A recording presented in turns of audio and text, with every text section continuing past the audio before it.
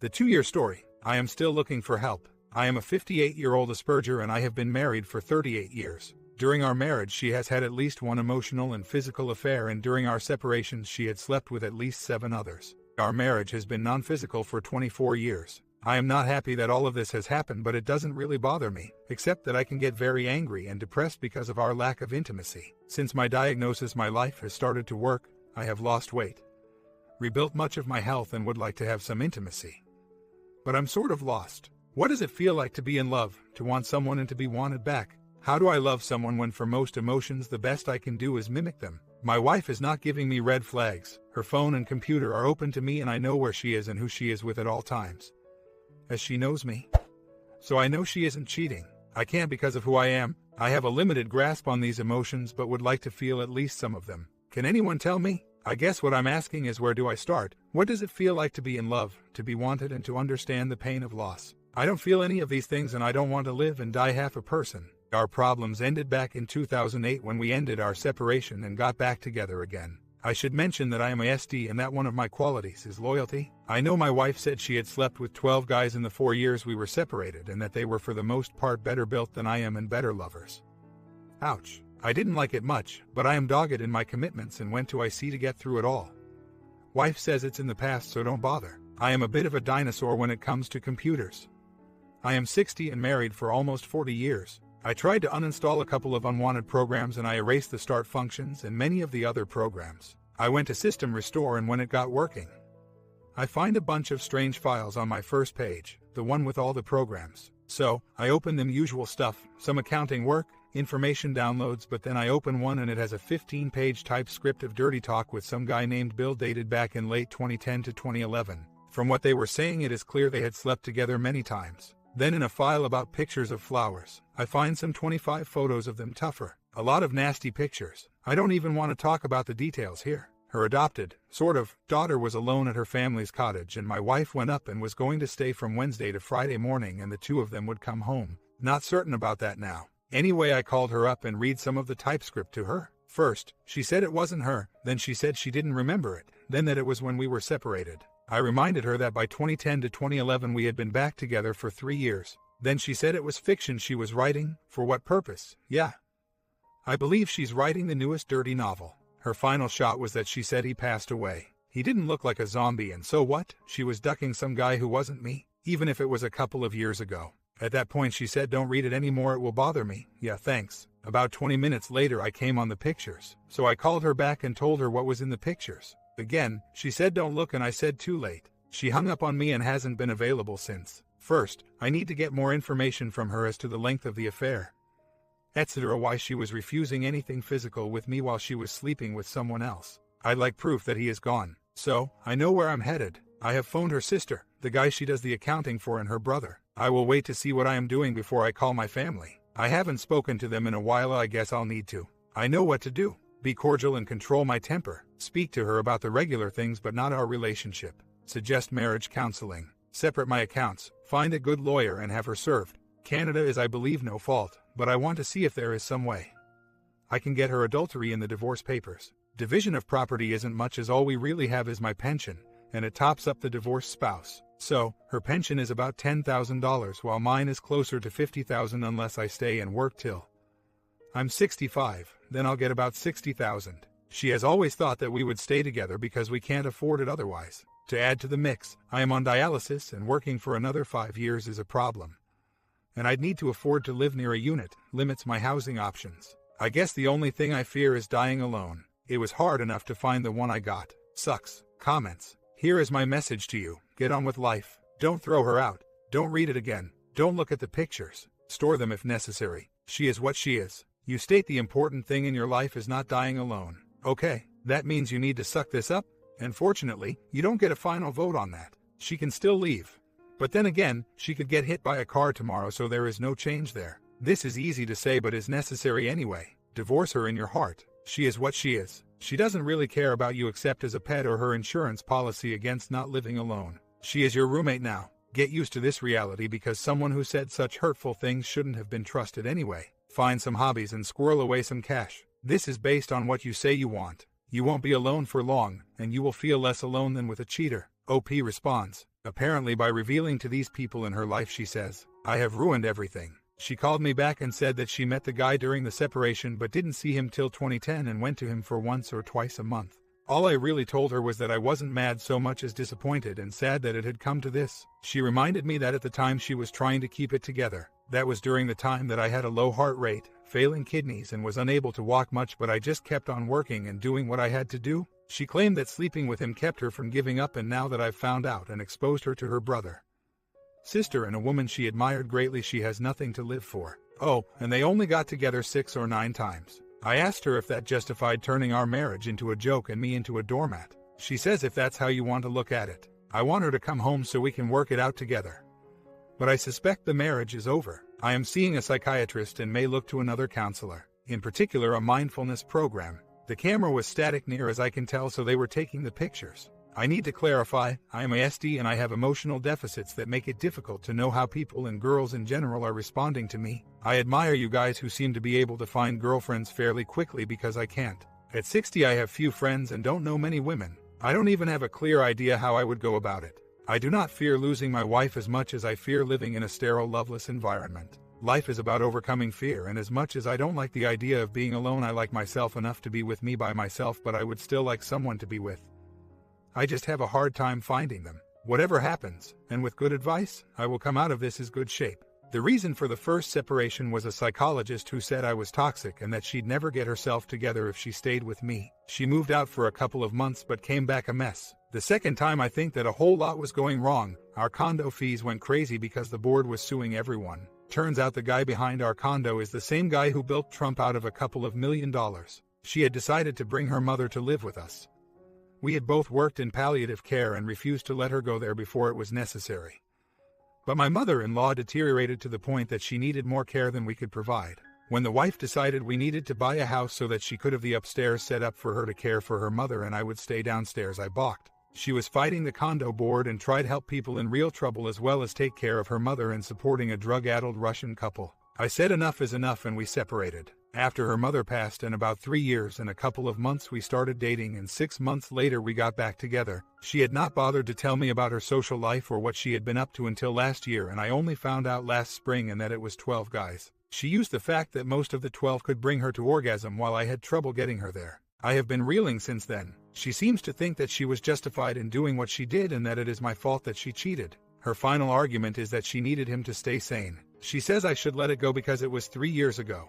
It was only 6 to 9 times. She won't do it again. He's dead and I am not very good in bed. I want to talk to her to get my head around what happened and why. If she continues as she has, I will expose her to our son, our friends and family, anyone else who needs to be told. Few days later, spent the day in hospital, dialysis and neurological tests, or I might have responded sooner. Wife is coming home tomorrow to talk. There are many questions I need answered and she wants to try again. She is starting to understand how much it hurts and how crushed I am. If, however, she decides and I decide that it isn't going to work, I will be forced to explain it to him. I have read so many times here that the way to get a cheater's head back where it is would be to make them aware of the consequences. Do I intend to go scorched earth at this point? No. Do I want to expose her to our family? Not really, but if she continues to lie, deceive and try to sweep it under the rug or forgets.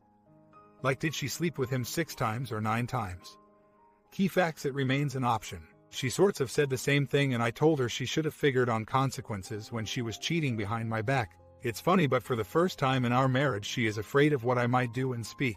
My wife is 59 by the way, so she's not young or anything. My wife is back and last night and today we engaged in arguing and explaining. She called him a psychic mate sent by God. I reminded her that Jesus limited us to one spouse only and the rest of limits. She said she felt our marriage was no marriage because I have my problems in bed. Never pleased her, can be in as at times, and because of my ASD, and that I never accomplished anything without her help. She also said her lover was a manager of some sort of commercial lights and staging for things like MTV award shows and the alike. We agreed to live in the same house for 6 months. She is to tell me everything about her affair, including the stuff that will hurt me. We will find a way to live till we can afford to split. She said it didn't matter. She was going to drive away and live in her car. Gods forgive me. I said to her, if it makes you happy, go do it. Same thing when she says she has no reason to live and wants to X herself. I said okay. Monday I am going to the bank to open my own accounts. I will not pay for her car and I want off the credit card she uses. Then I have appointments to half-hour appointments with some lawyers. I want to find Hammerhead Shark to pound her head and eat her alive. In Canada, the law says that assets are 50-50, but you can shorten the time it takes to a couple of months if you can prove adultery between the pictures and the chat room transcript she has done. For a man making $100,000 a year, the standard alimony is about $25,000, but after the tax deduction it's down to about $15,000. More than I can afford, but manageable. On the distaff, I have never really felt this level of pain and loss. When I spoke to her and she talks about how good he is, I got her to admit that he wasn't good but immoral. My digest failure to date is in my language. I worked as a trucker for 5 years. Obvious anger and sense of betrayal, not to mention be naturally sarcastic.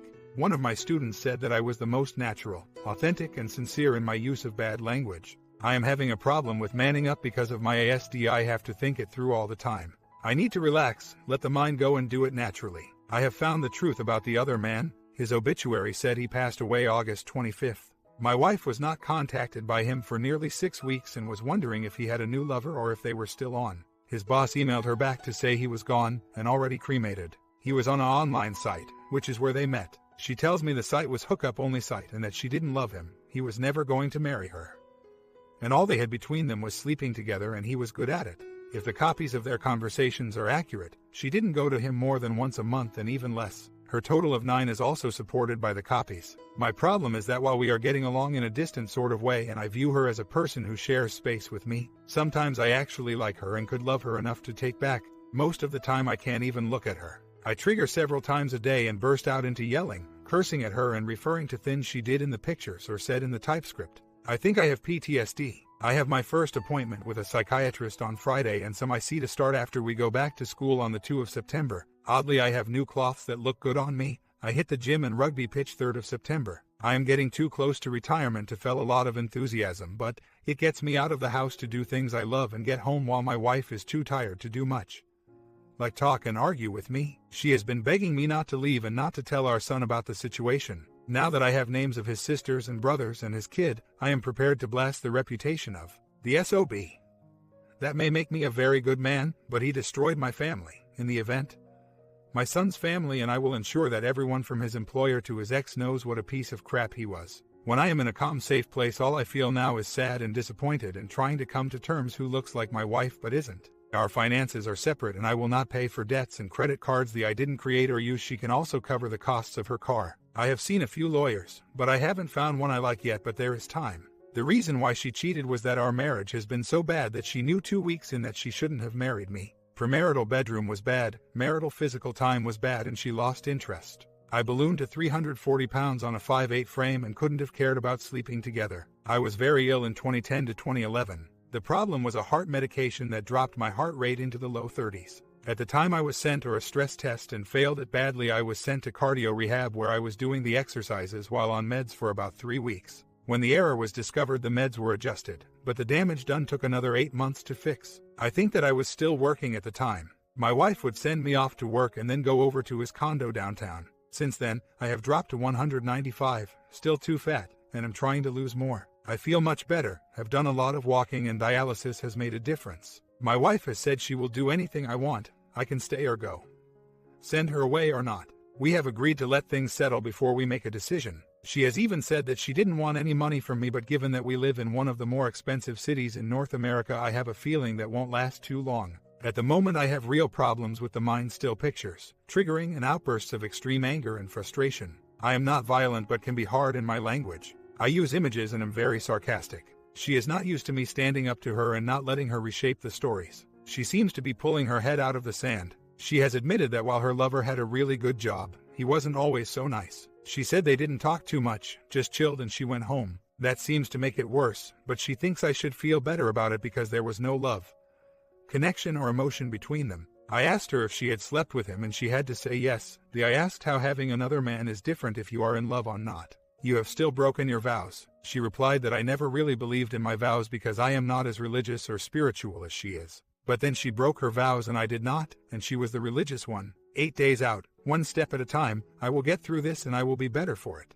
When I got up weds, I fooled a very downcast and quiet wife. I have never seen her like that. She didn't try to defend anything but apologized again and again. For the first time ever, she referred to herself as a wicked. She said she would understand that if I threw her out, she would go live on the street, that she was undeserving for what she had done and she couldn't meet my eyes. I told her that I meant to take time and wouldn't throw her out at this point in time. She made me breakfast and delivered it to the table, first time since forever. Later she said that the most horrible thing she had done was stop getting physical with me some 30 years ago, reducing us to roommates. Then she asked if I would sleep with her. I was terrified since my history and lack of skills has gone a long way to my celibacy. She didn't care, but we did it anyways, and it turned out okay. At the moment I am on a self-confidence high, with self-esteem like I've never had. I'm still on the 6-month trek. I have 3 copies of my evidence and she can't find them. One is in my lawyer's safekeeping, being revealed to her lawyers and the courts. A set to be copied and sent to my family and hers, and a set for the dead guy's brother and sister.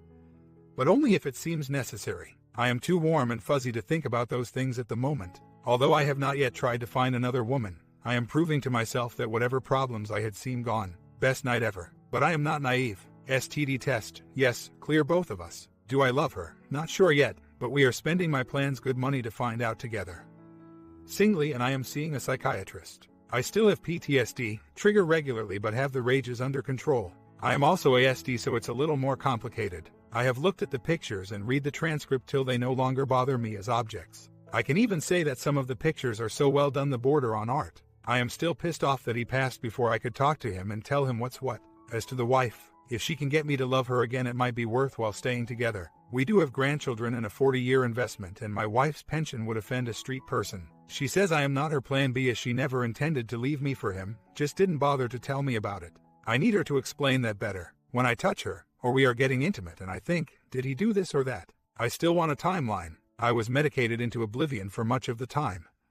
I want to be clear at least of the timings. I really have a limited memory of her during her affair. The lawyers have the evidence should I need it, and copies to send to his family and hers. If things are better in 6 months, I'll pull it all back in and destroy it. Just keep a stick in case. If not, I will file. From what I've read and what my wife has told me, I think that she never told him she was married.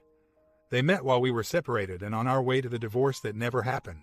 I can't imagine that only meeting in the mornings and being together less than 2 hours should have clued him in that something was up, since he hadn't called her for 6 weeks, 2 of which he was gone, but he passed suddenly and without warning in his sleep. They really hadn't spoken in a month, and in that last email my wife asks him if he has someone else and is breaking up with her. I think that may have been the case, that she was going to get dumped anyway. I guess my problem is that I am not too happy with the person I might become. I wished he was alive at one point so I could use the evidence against him at work, show his family and daughter, who is only 18 and in first-year university, for what reason. If he didn't know that she was married and that she had sought him out and left him believing she was divorced. I can hardly vent on him or destroy his reputation. And the other men, we weren't living together and we weren't legally separated. I had thought that it made a difference. Under Canadian family law, a separation is a separation, legally done or not. I knew about the 12 from the time we got back together and had talked them through, mostly one-night thing and one relationship. I understand them, and my wife was completely open about it. I didn't feel threatened by them. My wife insists that she went to him for the release and comfort she got from the physical affair, but had no illusions that it was anything else. When we talk about the affair, there is a fondness in it that she didn't have for the others. From the emails I get the sense there was something more there. He hadn't contacted her in 6 weeks and had passed away 2 weeks when she contacted him. I suspect that if he had been there when she emailed him, she would have gone to him, but I get the feeling that he was going to dump her anyway. When I asked her if he had replied would she still be with him, and she says she didn't know but didn't think it would have lasted much longer. She liked the physical part, and I am not sure that she has told me everything that passed between them. But he is gone and beyond reach. I don't believe in ghost whisperers, but when I suggested we meet up with a medium and maybe he'd stop by for a chat, and my wife sort of flipped out. She does believe in her mind, he might show up. I guess that their relationship was the one that hurt the most and is the one where she showed the most connection. I'm not sure where this is going, but if we are, I will never get closure with him. I hope I make sense, but this has been a roller coaster ride and I ramble a bit. I am still trying to organize my thoughts, and I am still leaning toward divorce some months down the road. So here we are. I keep thinking of questions to ask and usually ask her. I said 6 months of time, but I'm not sure. She said she had tried to forget about it and had forgotten, till I reminded her and she fell into hell again. If I want to be married, I have to stop asking her about her affair. Because she wasn't going to answer. She said she was mad at me when we were talking, that she exaggerated the numbers to hurt me. She only went out with 8, although she had physical affair with 6 and 2 of them weren't very good. I need a fuller explanation, as her mind changes regularly and I don't know if she is serious, angry or depressed. I think I need to complete the papers and work with the lawyer to decide when to move forward on the divorce. 1 year update. 1. I realized a few weeks ago that there is a difference between wanting the person to hurt as bad as you do and holding them accountable. 2. I learned that you can only own what you are responsible for, and that the other must own the things she is responsible for. 3. I bear responsibility for creating conditions in our marriage that might cause her to think an affair was the solution. But I am not responsible for her part in creating conditions that would lead her to believe that cheating was a good option for her. 4. I learned that anger has its place and time if healing is to occur, and that at some point love must take the lead, or the relationship must die. 5. To forgive is also a choice. It is not like an epiphany, or a watershed, or anything emotional at all. It is a decision to accept what happened and forgive that other person and forgive yourself. 6. I took a job that I loved, but that would neither make me rich or famous. I have had great success in guiding the lives of sons and daughters of other people, and my own son, into making good choice. No one but those students I taught, and who taught me, will ever know or remember what I have done. I can live with that. 7. That the piece of crap OM was well known in his field, worked and knew famous people and put on great shows. But very little he did lasted longer than the night it was done. In the end, no matter how cool he was still a man who would knowing have physical affair with a married woman. And I wouldn't. 8. Self-esteem begins with self. And I'm still alive. For the first time last night I went to bed, and fell asleep without a thought of the affair. Had no nightmares and did not think of her infidelity at all. It is still there. I will always be the betrayed and she will always be the cheater, and the man I was before is gone. But I can live with that. I am calm now, and at peace with it. I still have questions, but I am ready to face the answers. We are not out of the woods yet, and it is going to take more IC and MC to get this together. We have been married. The weekend I found out was our anniversary. 40 years. My comment: how you guys like this final ending? I guess some viewers might be wondering why he didn't just leave his wife. But he is 60 plus. I don't think you can compare his situation with men in their 30 to 50s. You agree? Comment down below your thoughts. Sub and bell, and I hope this story brought you some insight into a long marriage.